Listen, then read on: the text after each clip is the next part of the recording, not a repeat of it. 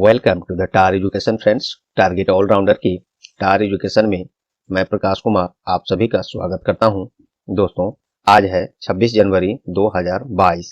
देखेंगे अब तक के सभी महत्वपूर्ण करंट अफेयर्स जो आपके आगामी सभी परीक्षाओं के लिए अति महत्वपूर्ण होंगे। सबसे पहले टार एजुकेशन की तरफ से आप सभी को गणतंत्र दिवस की ढेर सारी शुभकामनाएं। देश आज 73वां गणतंत्र दिवस मना रहा है, तो पुनः आप सभी को टार एजुकेशन के तरफ से गणतंत्र दिवस की ढेर सारी शुभकामनाएं। तो दोस्तों, आज के क्लास में हम लोग देखेंगे अब तक के सभी महत्वपूर्ण करंट अफेयर्स जो आपके आगामी सभी परीक्षाओं के लिए अति महत्वपूर्ण होंगे। साथ में देखेंगे ये सभी महत्वपूर्ण फैक्ट्स, एक्स्ट्रा फैक्ट्स, ऑप्शन से भी बहुत कुछ देखेंगे हम लोग। और इस क्लास का पीडीएफ आप टार एजुकेशन के इन सभी सोशल मीडिया प्लेटफॉर्म्स और टार एजुकेशन की वेबसाइट से डाउनलोड कर सकते हैं। सभी का लिंक नीचे डिस्क्रिप्शन बॉक्स में दिया हुआ है। तो चलिए दोस्तों, और प्रश्न दोस्तों हिंदी इंग्लिश दोनों में है, ऑप्शंस भी हिंदी इंग्लिश दोनों में है। आपसे आग्रह है कि क्लास को अंत तक अटेंड करें, तभी आपको इस क्लास का महत्व पता चलेगा। और यदि क्लास आपको परीक्षा उपयोगी लगे तो प्लीज वीडियो को लाइक जरूर कर देंगे। अपना कुछ सेकेंड्स देकर टार एजुकेशन के क्लासेज को अपने ग्रुप्स, सोशल मीडिया जहां तक आपकी पहुंच है शेयर करके टार एजुकेशन का सहयोग जरूर कर दें। और चैनल पर आप नए हैं या चैनल को अब तक सब्सक्राइब नहीं किए हैं तो अभी सब्सक्राइब बटन दबा दें और बेल आइकन भी दबा दें। और पहले से सब्सक्राइब कर लिए हैं तो आपको कुछ नहीं करना, आपका बहुत बहुत धन्यवाद, बस लाइक और शेयर जरूर कर देंगे। तो दोस्तों, पुनः देश आज जो 73वां गणतंत्र दिवस मना रहा है, उस अवसर पर टार एजुकेशन की तरफ से आप सभी को पुनः गणतंत्र दिवस की ढेर सारी शुभकामनाएं। चलिए उस पर भी बातें करेंगे हम लोग। चलिए प्रश्न शुरू करते हैं। आज का पहला प्रश्न है, on which day national voters day has been observed recently. हाल ही में किस दिन राष्ट्रीय मतदाता दिवस मनाया गया है? इसका सही जवाब है 25 जनवरी को। 25 जनवरी, ध्यान से सुनिएगा दोस्तों, इस क्वेश्चन में बहुत कुछ आपको मिलेगा एक्स्ट्रा फैक्ट में, और ऑप्शंस में तो मिलेंगे ही। चलिए, तो राष्ट्रीय मतदाता दिवस 25 जनवरी को प्रत्येक वर्ष मनाया जाता है। क्यों मनाया जाता है ये सभी देखते हैं। भारतीय चुनाव आयोग इलेक्शन कमीशन ऑफ इंडिया की स्थापना दिवस के अवसर पर प्रत्येक वर्ष 25 जनवरी को राष्ट्रीय मतदाता दिवस मनाया जाता है।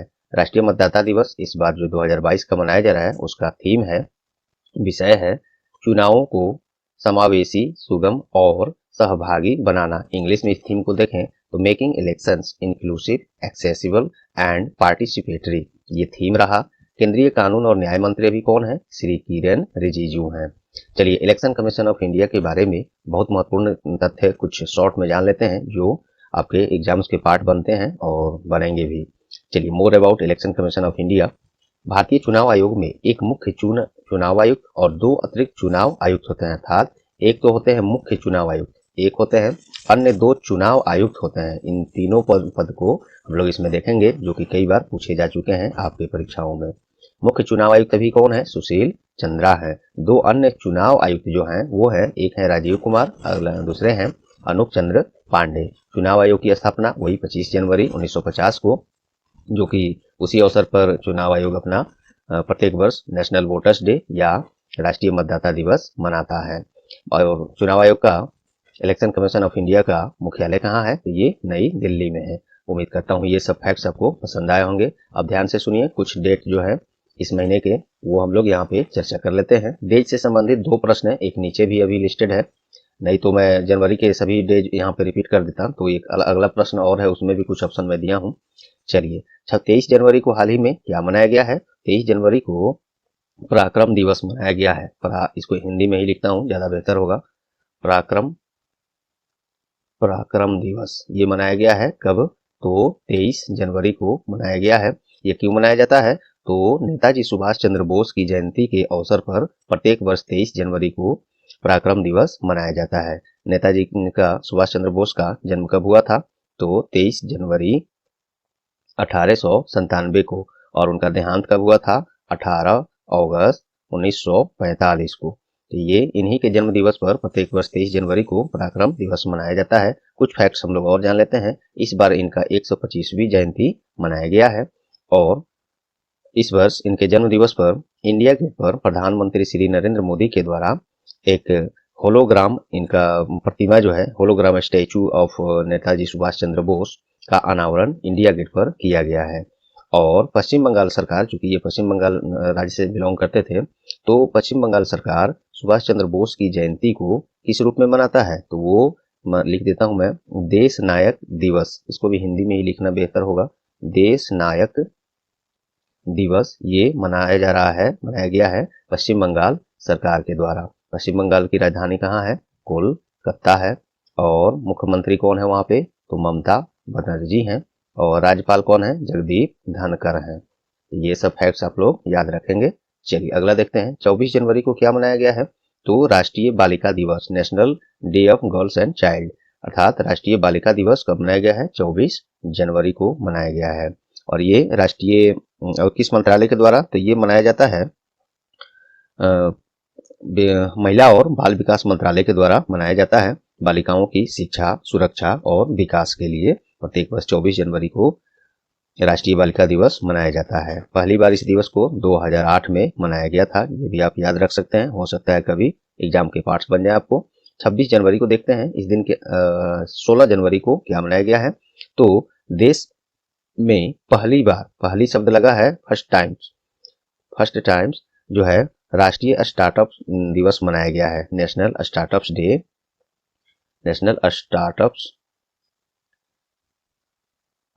डे ये कब मनाया गया है? तो ये 16 जनवरी को पहली बार, इससे पहले ये नहीं मनाया गया था। नेशनल स्टार्टअप्स डे या हिंदी में कहें तो राष्ट्रीय स्टार्टअप्स दिवस, ये पहली बार इस बार 16 जनवरी को ही मनाया गया है और अब प्रत्येक वर्ष मनाया जाएगा। उद्देश्य इसका क्या है? तो देश में स्टार्टअप्स को बढ़ावा देना। तो पहले प्रश्न से ये सारे फैक्ट्स, ये एक्स्ट्रा फैक्ट्स ऑप्शन से आपको मैंने जो दिया, उम्मीद करता हूँ परीक्षा उपयोगी लगे होंगे, पसंद आए होंगे। चलिए दूसरा प्रश्न देखते हैं।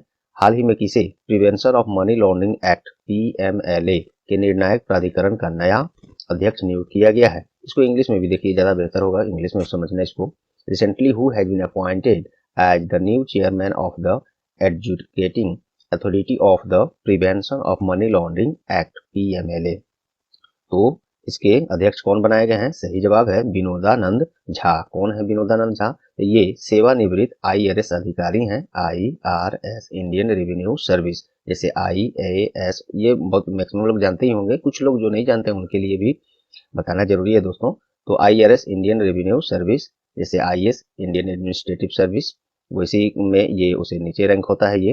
तो IRS अधिकारी हैं सेवानिवृत्त विनोदानंद झा। इन्हीं को अगले 5 वर्ष के लिए ये prevention of money laundering act के निर्णायक प्राधिकरण का नया अध्यक्ष बनाया गया है। और ये क्या है? PMLA। तो ये PMLA अर्थात धन शोधन निवारण अधिनियम 2002, धन शोधन निवारण और धन शोधन संपत्तियों की जब्ती को रोकने के लिए NDA सरकार द्वारा अधिनियमित भारत की संसद का एक अधिनियम है।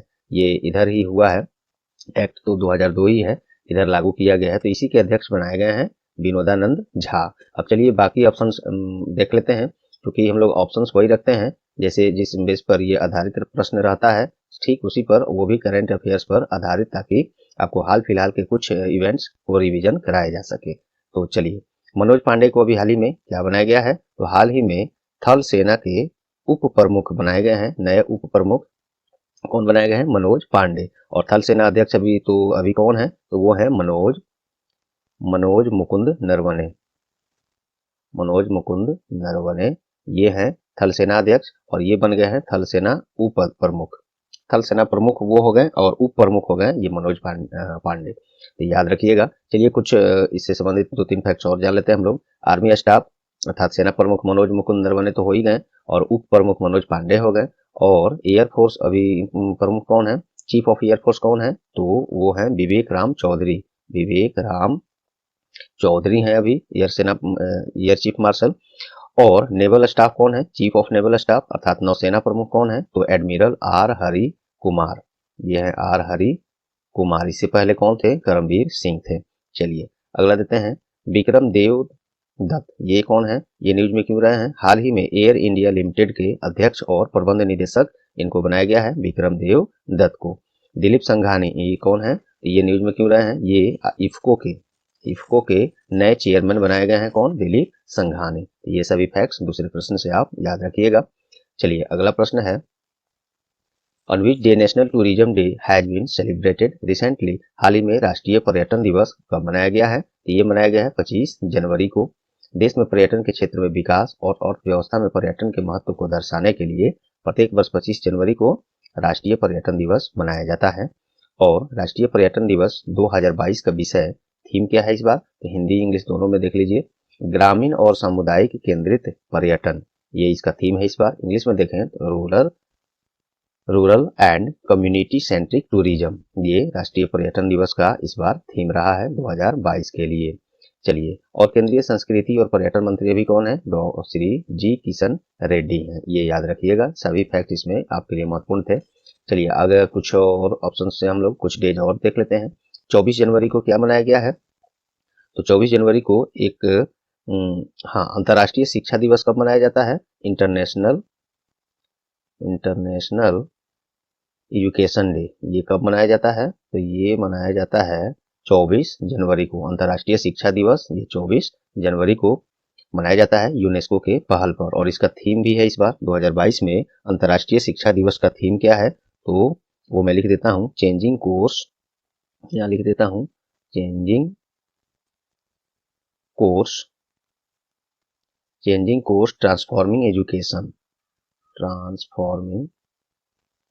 एजुकेशन, ये इस बार इसका थीम रहा है। फिर से सुन लीजिए, चेंजिंग कोर्स ट्रांसफॉर्मिंग एजुकेशन अंतर्राष्ट्रीय शिक्षा दिवस का थीम रहा है, जो मनाया जाता है 24 जनवरी को। 15 जनवरी को क्या मनाया गया है, तो हाल ही में भारतीय सेना दिवस मनाया गया है 15 जनवरी को। और यह दिवस भारतीय सेना के पहले कमांडर इन चीफ कौन थे, एयर चीफ मार्शल, फिर से सुन लीजिए, commander in chief field marshal KM. Cariappa थे, के.एम.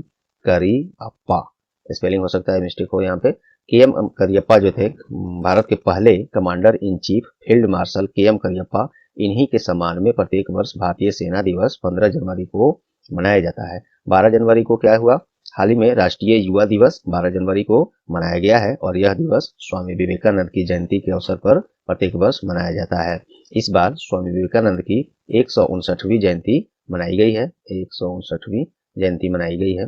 कुछ डेट हम लोग और अभी ऐसे तो बहुत हो चुके हैं अभी तक, वो मैं फिर कल वो 1 तारीख से लेकर टोटल अब तक जितने हुए हैं उसको मैं फिर पुनः करा दूंगा। 9 जनवरी एक महत्वपूर्ण है, इसको देख लीजिए।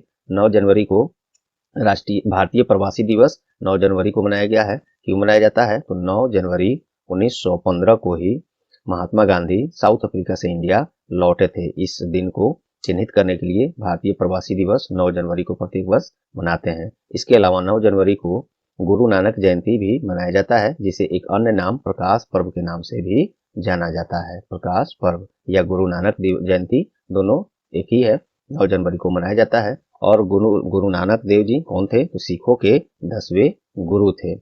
और इस बार गुरु नानक देव जी की 355वीं जयंती मनाई गई है। ये सभी फैक्ट्स आपको भी जुबान पर ऐसे ही याद होने चाहिए, क्योंकि जरूरी तो आप ही के लिए है, हमें तो पढ़ाना है, आपको पढ़ के एग्जाम्स देने हैं और एग्जाम्स में सबसे आगे रहना है। तो उस तरह से आपको एक से एक लिंक करके हर चीजें आपको याद रखना चाहिए। चलिए, अगला प्रश्न है, हाल ही में अर्मेनिया के राष्ट्रपति ने अपने पद से इस्तीफा दे दिया है, उनका नाम क्या है, तो इसका सही जवाब है आर्मेन सरकिशियन। इन्होंने अपने पद से इस्तीफा दे दिया है। क्या कारण रहा है, तो देखिए, अभी जो महामारी चल रहा है और उस देश में अर्मेनिया में राष्ट्रीय मंदी, जो आर्थिक मंदी चल रहा है, इस दौरान नीतियों का सही पालन न होने के कारण इनकी काफी आलोचना और विरोध हो रहा है, जिसके कारण ये इस्तीफा दे दिए हैं आर्मेन सरकिशियन। अर्मेनिया की राजधानी येरेवन है, मुद्रा वहां पे अर्मेनियन ड्राम चलता है। चलिए, कुछ ऑप्शन से हम लोग ये भी देखते हैं, क्योंकि ये किसी देश के ऊंचे पद पर से ये कोई इस्तीफा दिया है, तो ये भी मैं आपको ऑप्शंस भी उसी तरह का रखा हूँ हाल फिलहाल का, जिससे कि कुछ रिवीजन आपको हो जाए। ध्यान से सुनिए, अब्दुल्ला हमदोक, हाल ही में आपको याद होगा, बिल्कुल हमको लगता है 1 सप्ताह से 2 सप्ताह हुआ होगा इस प्रश्न को बीते हुए। अब्दुल्ला हमदोक अपने पद से इस्तीफा दे दिए हैं, प्रधानमंत्री पद से। किस देश के प्रधानमंत्री थे ये, तो ये थे सूडान के प्रधानमंत्री थे अब्दुल्ला हमदोक, इस्तीफा दे दिए हैं। सूडान की राजधानी कहाँ है, खार्तूम। सूडान में मुद्रा क्या चलता है, सूडानिश पाउंड वहां पे मुद्रा चलता है। चलिए, जोराम जाएव ये कौन है, तो ये हाल ही में नॉर्थ मैसेडोनिया के प्रधानमंत्री थे, इन्होंने भी इस्तीफा दे दिया है। नॉर्थ मैसेडोनिया के प्रधानमंत्री जोराम जाएव। नॉर्थ मैसेडोनिया का राजधानी कहाँ है, तो उसका राजधानी है स्कोपजे राजधानी है। मुद्रा वहां पे क्या चलता है, तो मैसेडोनियन मैसेडोनियन दिनार वहाँ पे चलता है मुद्रा। चलिए, योसेहिदे सुगा, ये तो बिल्कुल याद होना चाहिए आप लोग को, काफी चर्चित रहा था। इनका भी, ये भी इस्तीफा दे दिए हैं। कहाँ के प्रधानमंत्री थे ये? तो ये थे जापान के प्रधानमंत्री, इस्तीफा दे दिए हैं योशिहिदे सुगा। और जापान की राजधानी कहाँ है? बहुत इजी है, टोक्यो है। और जापान की मुद्रा क्या है? Japanese yen, Japanese yen. अभी वर्तमान में जापान के प्रधानमंत्री कौन है? तो वो है फूमियो किशिदा, फूमियो किशिदा, ये है वहाँ पे प्रधानमंत्री। तो चलिए, सब कुछ हो गया इस ऑप्शन में। चलिए, तो उम्मीद करता हूँ ये सब आपको यहाँ तक आपको पसंद आए होंगे। अगर दोस्तों को पसंद आ रहे हैं क्लास, परीक्षा उपयोगी लग रहे हैं, तो प्लीज अभी लाइक नहीं किए हैं तो लाइक दबा दीजिए। और अपना कुछ सेकंड्स देकर, या तो अभी, या मैं नहीं कहूँगा अभी ही, लास्ट में ही आप कुछ सेकंड्स देकर क्लास को शेयर जरूर कर देंगे, ताकि ये ज़्यादा लोगों तक पहुँचे और टार एजुकेशन का फैमिली बढ़े। तभी हम लोग यहाँ पे सर्वाइव कर पाएंगे दोस्तों, क्योंकि आप लोग की यहाँ पे मौजूदगी नहीं रहेगी तो फिर इतने एफर्ट्स लगा के क्लास को तैयार करना और कोई उसका बात नहीं बनता। तो आप लोग शेयर जरूर करेंगे, और चैनल को सब्सक्राइब नहीं किए हैं तो अभी सब्सक्राइब बटन भी दबा ही दें, और अन्य लोगों में जरूर चर्चा करें, शेयर करें, ताकि लोग पहुंचे और लोग जाने, क्योंकि अभी मैक्सिमम लोग को टार एजुकेशन तक पहुंच नहीं बना है। इसलिए जो एक बार आएगा, हमें पूरा भरोसा है कि क्लास को रेगुलर वो खुद अटेंड करने लगेगा। चलिए दोस्तों, इतना समय आपका लिया, मैं इसके लिए माफी चाहता हूँ। अगला प्रश्न देखिए, हाल ही में इंडियन प्रीमियर लीग IPL की कौन सी टीम ने अपना नाम परिवर्तन किया है? तो इसका सही जवाब है लखनऊ। लखनऊ अपना नाम, IPL टीम है वो अपना नाम परिवर्तन कर दिया है। सबसे पहली बात तो कुछ लोग देख रहे होंगे कि लखनऊ कौन सी टीम है, तो ये खुद एक अपने आप में एक प्रश्न है। एक नया टीम बना है लखनऊ, दो टीम बना है, मैं इसी ऑप्शन में आपको उसका चर्चा भी करूंगा। लखनऊ नया टीम बना है, लखनऊ नाम से ही बना था, लेकिन अब वो अपना नाम अब क्या कर दिया है? Lucknow super giants, Lucknow super giants, ये अपना नया नाम कर दिया है। और लखनऊ सुपर जायंट्स अब जब इसका नाम हो गया, इसके मालिक कौन है? तो मालिक इसके हैं संजीव गोयनका, ये इसके मालिक हैं। और ये जो नया टीम लखनऊ सुपर जायंट्स इस बार बना है, पहले लखनऊ नाम से बना था, अब नाम परिवर्तन करके लखनऊ सुपर जायंट्स हो गया। तो इसके कप्तानी कौन करेंगे? तो कप्तान के रूप में क्रिकेटर KL राहुल को चुना गया है। ये सभी फैक्ट्स आप ये याद रखेंगे। अब आइए ऑप्शंस पर आते हैं। ऑप्शन से आपको क्या मिलने वाला है? काफी महत्वपूर्ण कुछ मिलेगा।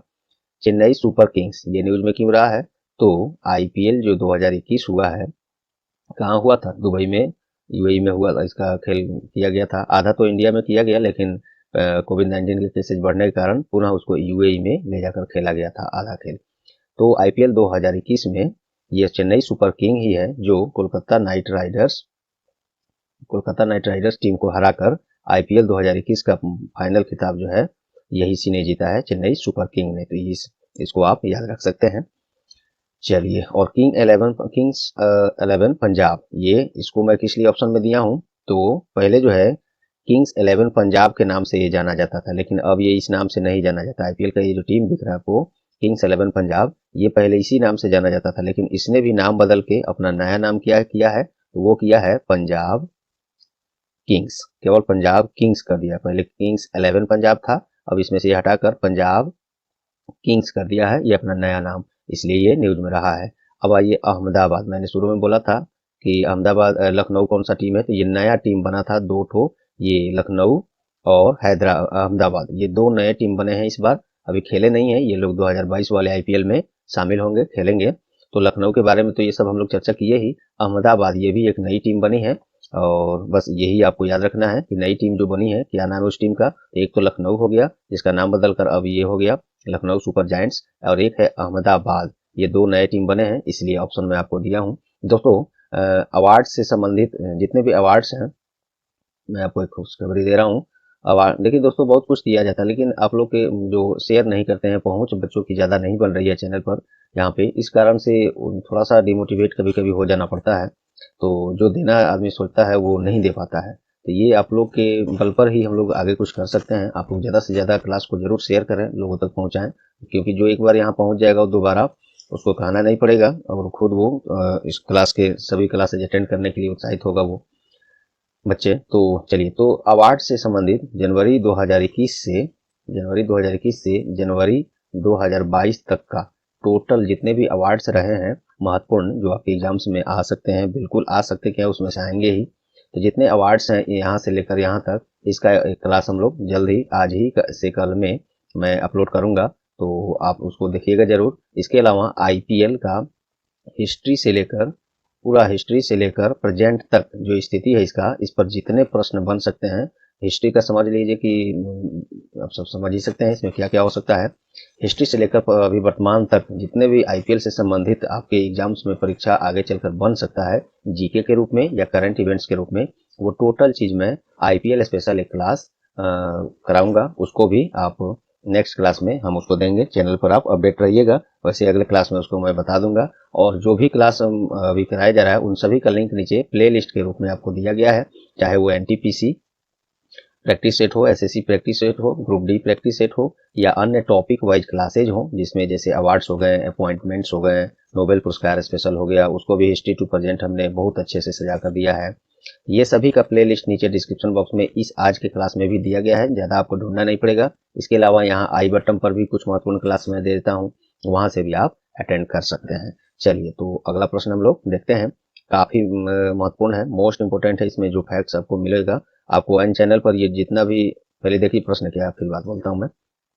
अंतर्राष्ट्रीय क्रिकेट परिषद अर्थात आईसीसी के द्वारा सर्वश्रेष्ठ अंतर्राष्ट्रीय क्रिकेट खिलाड़ियों को मान्यता देने के लिए, अर्थात दो आईसीसी पुरस्कार 2021, शॉर्ट में इतना ही समझे तो आईसीसी पुरस्कार 2021 का घोषणा हुआ है। उसमें किसको क्या मिला है वो मैं यहाँ पे जितना कुछ आईसीसी के वेबसाइट से काफी टाइम देकर इसको चुन कर लाया हूँ। आपको अन्य जगह पर उम्मीद करता हूँ ये पूरा का पूरा लिस्ट नहीं मिलेगा, इवन वेबसाइटों पर भी। मेरे टायर एजुकेशन की वेबसाइट पर जाइएगा, वहाँ पे ये सब कुछ मिलेगा आपको। इसके अलावा पीडीएफ डाउनलोड कीजिएगा, उसमें भी मिलेगा। उसके अलावा मैं यहाँ चर्चा तो कर ही रहा हूँ, तो चलिए ध्यान से सुनिए। आईसीसी 2021 का पुरस्कार का घोषणा हो गया है। 17वां ये पुरस्कार है आईसीसी के द्वारा इस तरह का। तो चलिए इसमें देखते हैं महत्वपूर्ण। देखिए, राचेल हेहो फ्लिंट ट्रॉफी के लिए अर्थात आईसीसी महिला क्रिकेटर ऑफ द ईयर किसको मिला है? खुशी की बात है, ये अपने इंडियन को ही मिला है, स्मृति मंधाना को। तो आईसीसी महिला cricketer of the year, women's cricketer of the year जिसे कहेंगे, ये किसको मिला है? स्मृति मंधाना को। सर गारफील्ड सोबर्स ट्रॉफी के लिए ICC men's cricketer of the year किसे मिला है? तो ये शाहीन अफरीदी को मिला है और ये पाकिस्तान से हैं। चलिए, ICC umpire of the year किसे मिला है? तो मराइस इरास मुस्को, ये इनको मिला है अंपायर ऑफ द ईयर। आइए अगर देखिए, ICC men's T20 international cricketer of the year ये मिला है मोहम्मद रिजवान को, जो पाकिस्तान से हैं। और ICC women's T20 international cricketer of the year ये मिला है टैमी ब्यूमोंट को, जो इंग्लैंड की हैं। और ये दोनों चीज मैं कल ही के क्लास में भी, कल ही या परसों के क्लास में ही करा चुका था।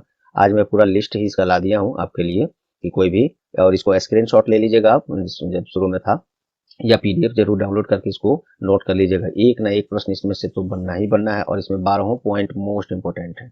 चलिए अगला है ICC emerging men's cricketer of the year जनमन मालन, ये दक्षिण अफ्रीका के हैं, इनको मिला है।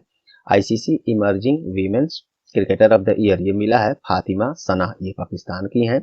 और ICC men's associate cricketer of the year ये मिला है जीशान मकसूद को, ओमान के हैं। और महिला associate cricketer of the year ये एंड्रिया मे जे पेड़ा, जो ऑस्ट्रेलिया के हैं। और men's ODI cricketer of the year Babar Azam को, जो पाकिस्तान के हैं। और महिला women's ODI cricketer of the year ये मिला है लिजेल ली, जो दक्षिण अफ्रीका के हैं।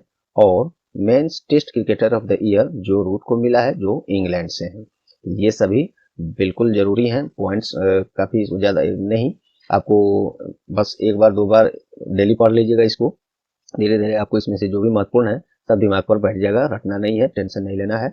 चलिए आईसीसी के बारे में देख लेते हैं। International cricket council, headquarter Dubai है यूएई के, और इसका स्थापना 15 जून सन 1909 में। चेयरमैन ग्रेग बार्कले हैं और सीईओ जियोफ एलार्डिस हैं। चलिए नेक्स्ट देखते हैं। अगला प्रश्न है, प्रख्यात पुरातत्वविद और कला इतिहासकार का निधन हो गया है, उनका नाम क्या है? ये आर नागा स्वामी का निधन हो गया है। इनका, ये जाने माने पुरातत्वविद और इतिहासकार थे। देश के तीसरे सबसे बड़े सम्मान जो पद्म भूषण होता है, इससे भी इनको सम्मानित किया जा चुका है, आर नागासामी को, याद रखिएगा। चलिए, हाल ही में सार्वजनिक क्षेत्र की कौन सी company global healthy work place award 2021 पाने वाली पहली कंपनी बन गई है? तो ये IOCL, Indian oil corporation limited, इसका फुल फॉर्म है। तो ये क्यों मिला है? तो यह पुरस्कार कार्यस्थल पर जहाँ जहाँ इसकी कंपनियां हैं, ऑफिसेज हैं, प्रीमाइसेज हैं, वहाँ पे कार्यस्थल पर सकारात्मक माहौल और कंपनी के अपने कर्मचारियों के मानसिक शारीरिक कल्याण में मदद के व्यापक प्रयासों के लिए यह पुरस्कार उसे ग्लोबल हेल्दी वर्कप्लेस अवार्ड 2021 दिया गया है।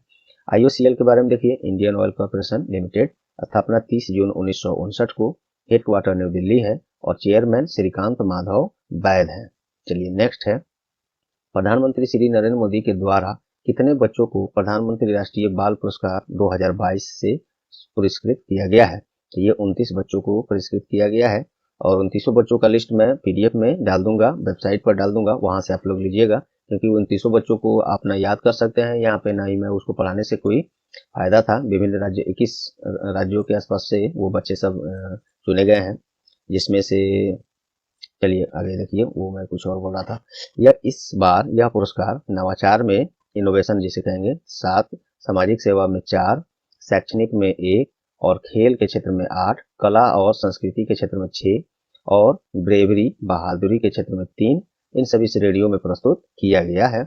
और 18 किसको दिया जाता है? तो ये 18 वर्ष से कम आयु के भारतीय बच्चों को नवाचार, शैक्षिक उपलब्धियों, सामाजिक सेवा, कला और संस्कृति, बहादुरी या खेल के क्षेत्र में उत्कृष्ट उपलब्धि के लिए प्रदान किया जाता है। प्रधानमंत्री राष्ट्रीय बाल पुरस्कार में पुरस्कार के स्वरूप एक मेडल, एक प्रमाण पत्र सहित 1 लाख रुपए का कैश प्राइज भी दिया जाता है। पहली बार 1996 में प्रधानमंत्री राष्ट्रीय बाल पुरस्कार प्रदान किया गया था। तो ये सब फैक्ट इसमें आप याद रखिएगा। चलिए नेक्स्ट है, हाल ही में किसे सुभाष चंद्र बोस आपदा प्रबंधन पुरस्कार 2022 से सम्मानित किया गया है? तो ये विनोद शर्मा को। ये क्वेश्चन मैं कल ही करा चुका हूं दोस्तों, जो लोग कल क्लास अटेंड किए होंगे हायर एजुकेशन का, उनको मालूम होगा। यहाँ से 1-2 प्रश्न मैं कल का क्लास का ही उठा दिया हूँ, क्योंकि आज के लिए 8-9 क्वेश्चन ही बने थे, तो कल में से जो काफी महत्वपूर्ण मुझे लगा, उसमें से 1 से 2 प्रश्न आज मैं यहाँ पे फिर यहाँ से कर दिया हूँ, क्योंकि यहाँ से ये जो भी प्रश्न मैं करा रहा हूँ ये कल ही मैंने करा चुका है हायर एजुकेशन पे। तो सुभाष चंद्र बोस आपदा प्रबंधन पुरस्कार 2022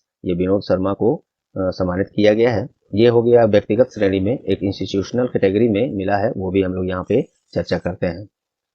तो व्यक्तिगत श्रेणी में विनोद शर्मा को और संस्थागत श्रेणी में इंस्टीट्यूशनल कैटेगरी कहेंगे, उसमें Gujarat institute of disaster management को यह पुरस्कार अर्थात सुभाष चंद्र बोस आपदा प्रबंधन पुरस्कार 2022 दिया गया है। दोनों पॉइंट काफी महत्वपूर्ण है, याद रखिएगा। और ये भी याद रख सकते हैं, व्यक्तिगत श्रेणी में पुरस्कार स्वरूप 5 लाख रुपए और प्रमाण पत्र तथा इंस्टीट्यूशनल कैटेगरी में 51 लाख का पुरस्कार और प्रमाण पत्र प्रदान किया जाता है।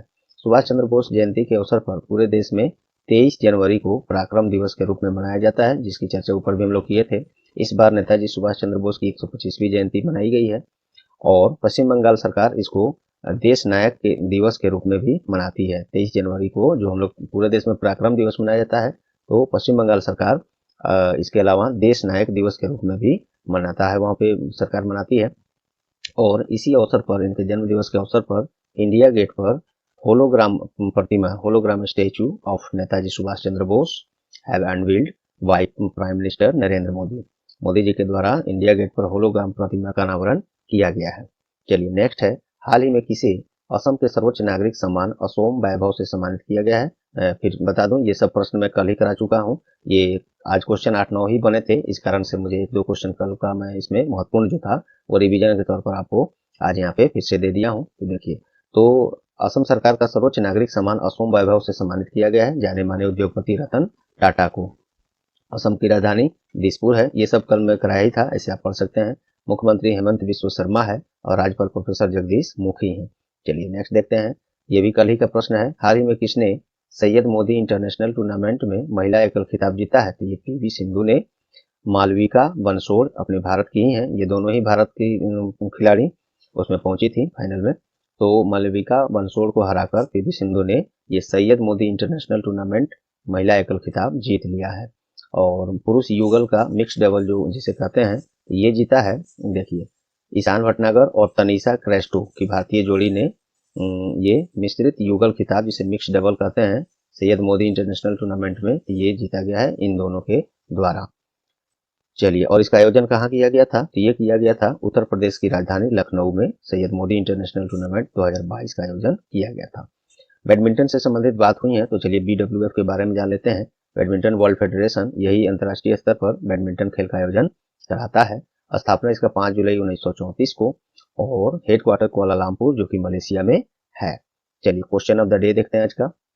हाल ही में किसे असम के सर्वोच्च नागरिक सम्मान असम वैभव से सम्मानित किया गया? ये प्रश्न तो मैं अभी जस्ट कल तो कराया था, अभी जस्ट ऊपर भी करा दिया हूँ, फिर भी देखते हैं कितने लोग इसके जवाब कर पाते हैं। कमेंट में जरूर कीजिएगा इसका जवाब दोस्तों। चलिए, तो उम्मीद करता हूँ दोस्तों आज का क्लास आप लोग को परीक्षा उपयोगी लगी होंगी। आप बाकी एनटीपीसी, एसएससी और अन्य exam based paper model practice sets free कराए जा रहे हैं, टॉपिक वाइज क्लासेज कराए जा रहे हैं, उन सभी को अटेंड जरूर करिए। और आपको क्या चाहिए कमेंट में बताइए और क्लास को चलिए वो बात यहाँ करेंगे। तो ये अपना कमेंट में अपना फीडबैक और कोई बदलाव चाहते हैं कमेंट में जरूर बताएं, क्या और कुछ डिमांड है वो भी बताएं, जिस पर हम लोग अमल करके आगे उस पर भी काम करेंगे। तो चलिए दोस्तों, उम्मीद करता हूँ आज का क्लास आप लोगों को परीक्षा उपयोगी लगी होंगी। यदि हाँ तो प्लीज़ वीडियो को लाइक कर दें, ज़्यादा से ज़्यादा शेयर करके टार एजुकेशन का सहयोग करें। और चैनल पर आप नए हैं या चैनल को अब तक सब्सक्राइब नहीं किए हैं तो अभी सब्सक्राइब बटन दबा दें और बेल आइकन भी साथ में दबा दें, जिससे कि सभी नोटिफिकेशन क्लास के आपको मिलता रहे, एक भी मिस न करें। और पहले से सब्सक्राइब कर लिए हैं तो आपका बहुत बहुत धन्यवाद। बस आपको लाइक और शेयर जरूर कर देना है और कमेंट में आप लोग को ये भी बताना है कि ये सब कराए जा रहे हैं कैसे लग रहे हैं और इस पर क्या बदलाव होने चाहिए और नए कुछ आप लोग को क्या चाहिए वो कमेंट में जरूर आप लोग लिखें, बताएं। तो चलिए दोस्तों, मिलते हैं अगले क्लास में, तब तक के लिए good bye, all the best.